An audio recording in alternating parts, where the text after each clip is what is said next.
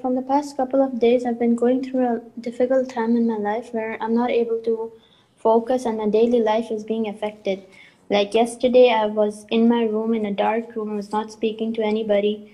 In the night, I could not sleep. I was moving. My body was moving because of restlessness, and I was roaming around the room. I don't know why. And it feels like as if I know this life is eventually gonna end, but it feels like it's gonna last forever. And when I look at the kuffar, I sometimes feel jealous. While I know that this is only for them in this dunya, but I still can't help it. I don't know what to do. Okay, first of all, there are things in life that need conviction and not only knowledge.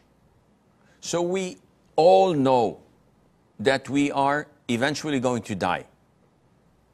No one has any doubt at all, even the disbelievers, even the richest men on earth. You go to them and they say, yeah, death is inevitable. Everybody is going to die. Nobody has ever lived forever.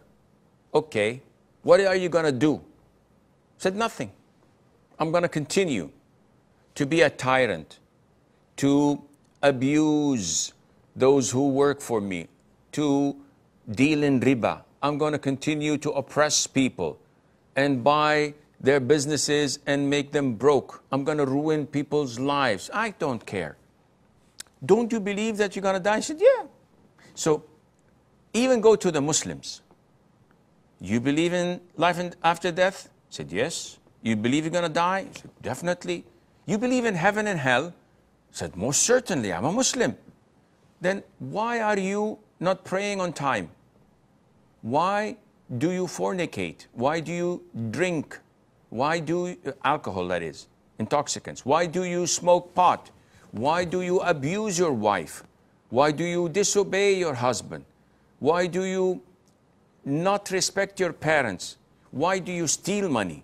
Why do you, so many things. And they acknowledge, say, yeah, we know it's haram and we know it's bad, but c'est la vie.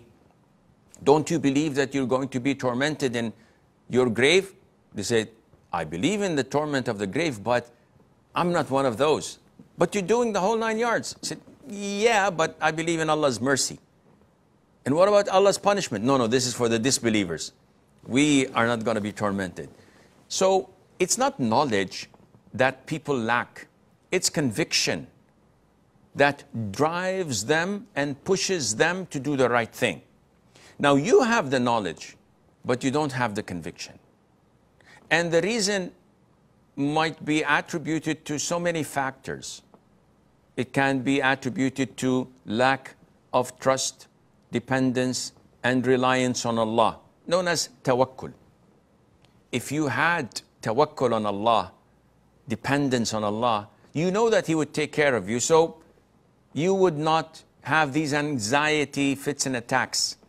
You wouldn't be restless. Whenever shaitan hits your head, you say, I have Allah Azza wa Jal with me. He's my protector. It can be attributed to your lack of belief, weakness of belief in the divine decree, which is one of the 6 pillars of Iman. If you believe that Allah has written down everything that's going to happen till the day of judgment, and that was 50,000 years before creating the whole universe. So it's done. Whatever we're going to do, it's been written. Whatever is going to happen, it's written. If someone dies among our loved ones, it was written 50,000 years ago. Am I saddened? Definitely yes. But would I do something that would be considered to be complaining, objecting, or any sort of not being content? At all. Because I believe that this is something that Allah has predestined. So there are so many factors that may attribute to how you feel. How to cure this and how to get rid of it. by reading the Quran.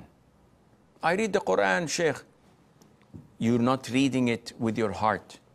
You're just reciting it with your tongue. I want you to read it with your heart. Allah says in the Quran to His Messenger, وَنُنَزِّلُ مِنَ الْقُرْآنِ مَا نُثَبِّتُ بِهِ فُؤَادَكَ.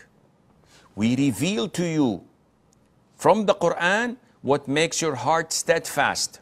So if it makes the Prophet's heart steadfast when it's restless, and we know the calamities that the Prophet had faced, ﷺ, then by default, if we believe and we read the Quran, our heart would be content and calm.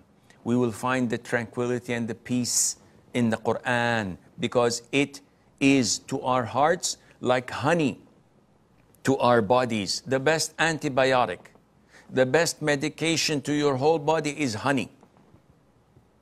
Cure is in it, as mentioned in the Quran, to most illnesses and diseases. So whatever is happening to you, Sarah, you have to acknowledge a universal fact. And I always reiterate and say it over and over again. Every single individual on earth is being tested. Some are tested with wealth. Some are tested with health. Others are tested with poverty and with illness. So each one of us has his own calamity. Don't ever be deceived by how things look. Don't go and look at the richest man on earth. Oh, he builds spaceships.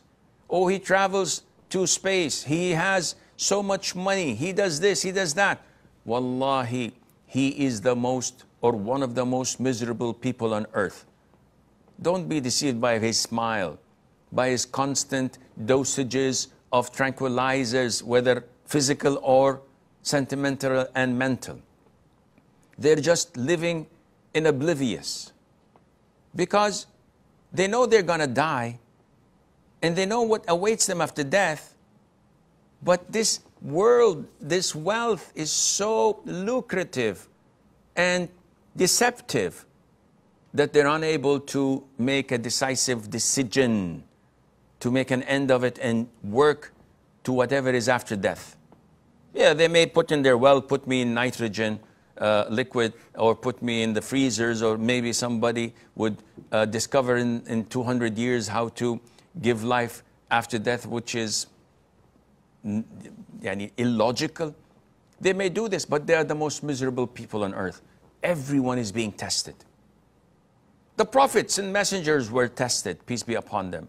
The righteous and the companions were tested. So you're not alone.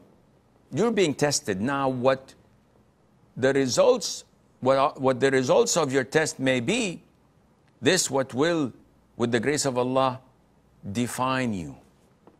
And this what would most likely lead you to paradise if you're among the righteous and the patient, or elsewhere. May Allah protect us all if you're not, and Allah knows best.